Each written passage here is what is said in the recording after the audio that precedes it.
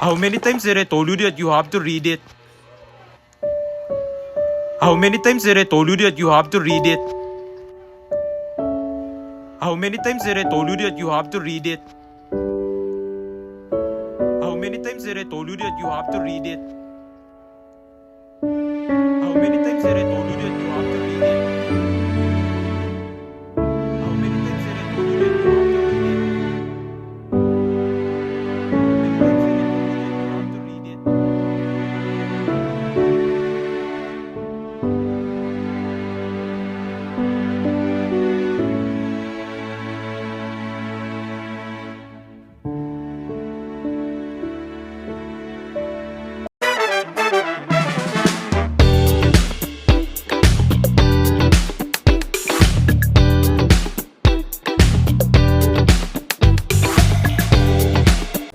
So hi everyone, welcome again to another episode of our podcast at makakasama po natin ngayong hapon ay isa sa mga miyembro po ng isang organisasyon na kung saan sila po ay tumutulong sa mga taong mayroong dyslexia. None other than Miss Ellen. Thank you po, sir.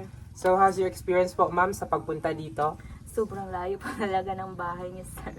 Yes, exactly. Yan din po yung naririnig Pero, ko sa mga... the view is giving. Exactly. That's why I really love, kasi nature lover kasi ako ma'am, so napili ko po yung ganitong environment to have this types of podcast. Yes. So ma'am, but before we start our discussion this afternoon, so maaari niyo pong basahin ito. Paano mo nabasa ito kahit baliktad ang letra? Okay, so surprisingly, kahit na magulo yung letters, still nababasa niyo pa din, di ba ma'am? Yes. But imagine if we have dyslexia, hindi natin mababasa yung jumbled letters. Yeah. So, yun ba yung pag-uusapan natin today? Exactly, yun So, ma'am. dyslexia this is a learning difficulty that affects reading, writing, and spelling. So, but sometimes this is also in speaking. But important to remember is, hindi ito tungkol sa intelligent lamang. Okay, so the people with dyslexia are definitely intelligent, pero iba lang yung way nila sa Yes. pag-process ng learning.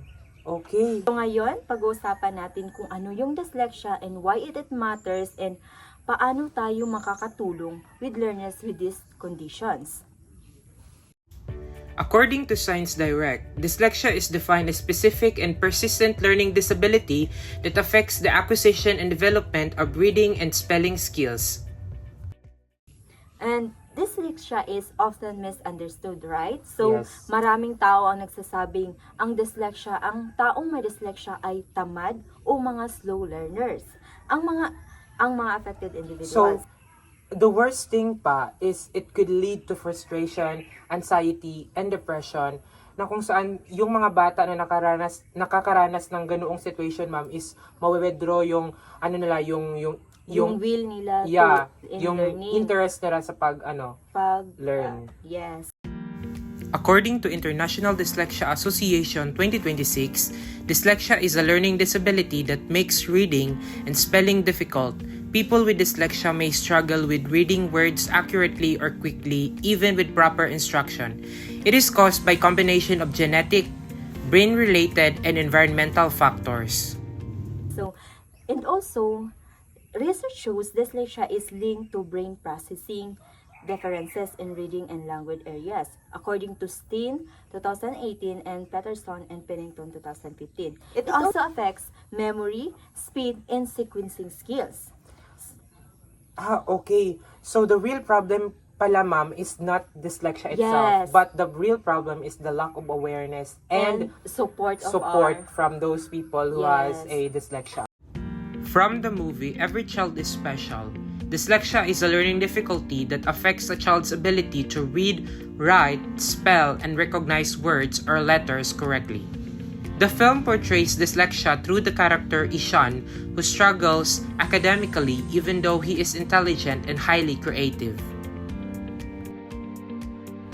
According to Rawi 2026, dyslexia is the most common learning difficulty, affecting 5 to 17.5% of children, and it can continue into adulthood. Dyslexia is not a vision problem.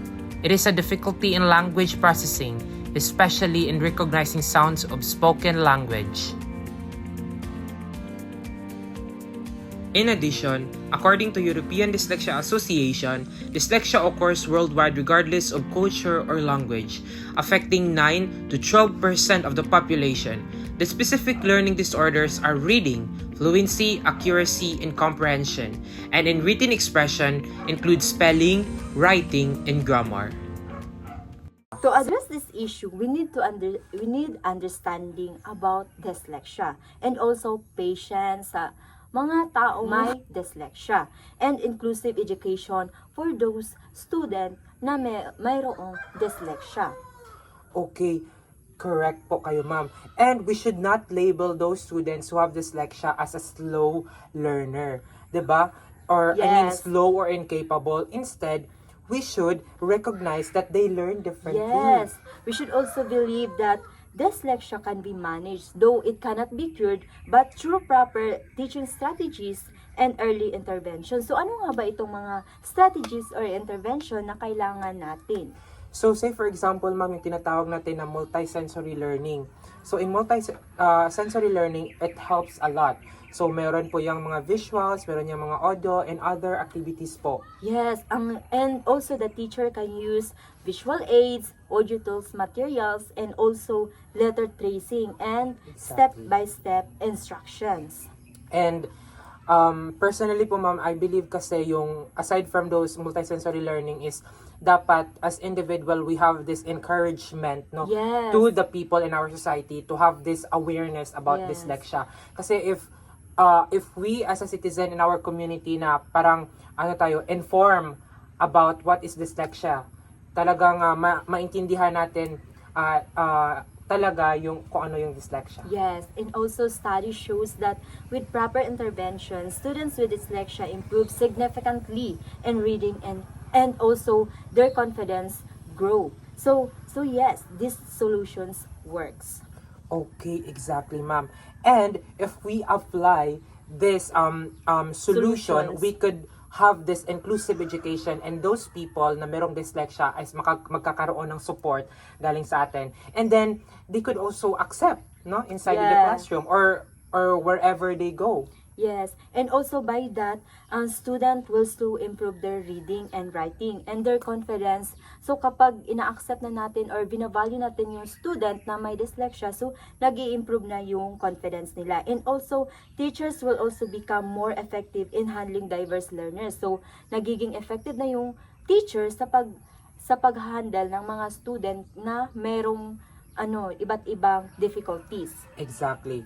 And then, ma'am, the possibility kasi na if we ignore this solution Yes. that we can apply in our community, maaring mag-continue pa rin yung struggle silently Yes. ng mga bata na mayroong dyslexia. So, yun. That's right. If we ignore this, they may feel ashamed or mahihiya sila and mawawala na yung confidence ng isang student to participate in class. So, the worst thing pa, ma'am, is yung potential ng mga student na mayroong dyslexia is hindi siya ma-develop and then they were not supported. Yes. And so, what can we do as an audience? First, we should participate and understanding and patience. So, participate, understanding those people with dyslexia, and we need to have a lot of patience in handling them. And also, instead of judging struggling learners, we should support them, right? Yes, exactly, ma'am. And the most important thing talaga na if we want to address about this problem like dyslexia is that we have this awareness in our community. Yes, we Not have just to in our- promote awareness. Yes, not just in our community but also in our school, 'di ba? Like simply discussion about Yes. dyslexia. Talagang magkakaroon sila ng information and they could not have this misconception about these difficulties na naranasan ng mga bata. And also next is we need to use inclusive teaching strategies like using visual aids, audio materials, and step-by-step instructions. So na-mention naman kanina, no, kung ano yung mga yon. Of course, ma'am, hindi po talaga mag-successful yung isang community if hindi po tayo nagtutulungan. Yes. Hindi po talaga mag-success or hindi po natin ma-achieve kung ano po yung gusto natin to address the problem about dyslexia if isa lang yung gagawa. So, as a community, as a group, we have to lend our helping hand as a group. Kasi if we work together, we could really achieve, our aims in addressing dyslexia easily, smoothly. Yes. So, That's yun yun, right. ma'am. We also commit creating inclusive spaces. So, dapat magkakaroon tayo ng mga um, um, safe spaces na kung saan every learners feels valued and supported. So, dapat magkakaroon tayo ng ganon para hindi na nahihiya yung mga may dyslexia at may dyslexia na mga student. Yes, exactly, ma'am. And then, when you say learning kasi, ma'am, it should not be limited by difficulty. Say, for example, yung dyslexia, but it should be supported by understanding. That's right. Talagang, the power of understanding talaga is talagang nakaka-address, no? Kung ano man yung problema, not just dyslexia, but all learning difficulties if we have this understanding to them. Yes, that's right. So, Okay, so napag-usapan po natin kung ano nga ba yung dyslexia, paano po tayo makakatulong to address these learning difficulties, at kung ano ba yung gagawin natin as community, as a member of our society yes. to address this type of problem. So, pero bago po tayo magtapos, let's have first our pulot of the day. Yay. So, we will ask Miss Ellen kung ano ba yung napulot niya sa ating episode na ito. So, ma'am, ano ba yung napulot mo? Yung pulot of the day mo? Ang pulot of the day ko ngayon, sir, ay siguro yung dyslexia pala ay hindi pala yun yung problema na talaga. But yung wala tayong awareness or wala tayong understanding sa mga student na may dyslexia. And ikaw naman po, sir, ano ba yung pulot of the day natin today? Ang napulot ko po sa episode po na ito, ma'am, is talagang as pinaka-importante po talaga yung as a teacher, Yes. dapat meron po tayong differentiated instructions or And differentiated intervention. activities or intervention, Yes. gaya ng mga visual, ay yung mga audiovisual, different types of activities na kung saan yun yung convenient ng isang bata na matuto siya. So, Yes. talaga as a teacher, we have to see the different learning styles sa ating student. Yes. So, I hope na meron kayong natutunan dito sa Yes. episode namin. And keep on watching our podcast, not just in YouTube, but also you could also see us on Spotify. Yes, thank you so much. Thank you so much po. Directed by Rose